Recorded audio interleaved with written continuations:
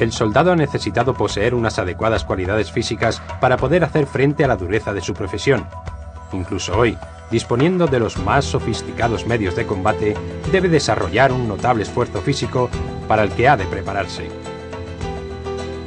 La organización de un ejército permanente, a raíz de la creación en 1493 de las Guardias Viejas de Castilla, permitió disponer de un personal fijo dedicado exclusivamente al servicio de las armas.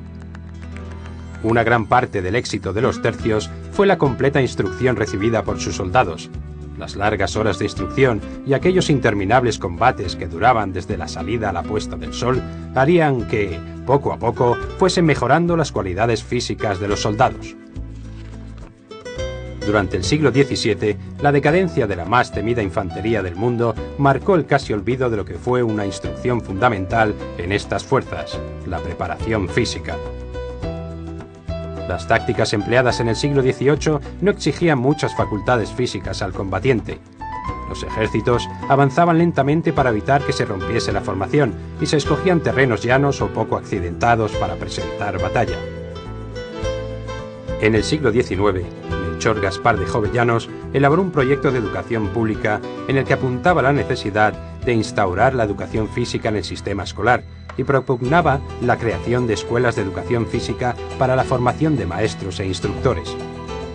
En el ámbito del ejército, el pionero de la gimnasia fue el coronel don Francisco Amorós Ondeano, quien empezó a impartir sus enseñanzas en el Real Instituto Militar, primer gimnasio de Madrid. Años después, Francisco de Aguilera, conde de Villalobos, recogió el testigo y el método de su antecesor y volvió a dar un impulso a la educación física. El Cuerpo de Artillería le encargó la preparación de sargentos que actuaran como instructores en el gimnasio que la Academia de Segovia tenía previsto crear.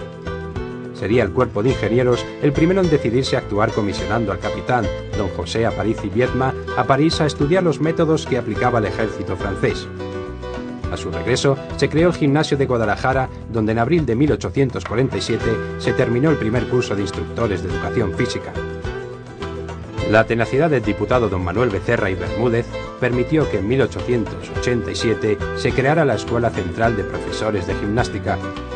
La escuela marcó un hito en la educación física española y también en el ejército. En la España de principios del siglo XX, el Ministerio de Guerra, a instancias del director de la Academia de Infantería, el entonces coronel don José Villalba Riquelme, creó una comisión que estudiase los métodos que se aplicaban en los demás países.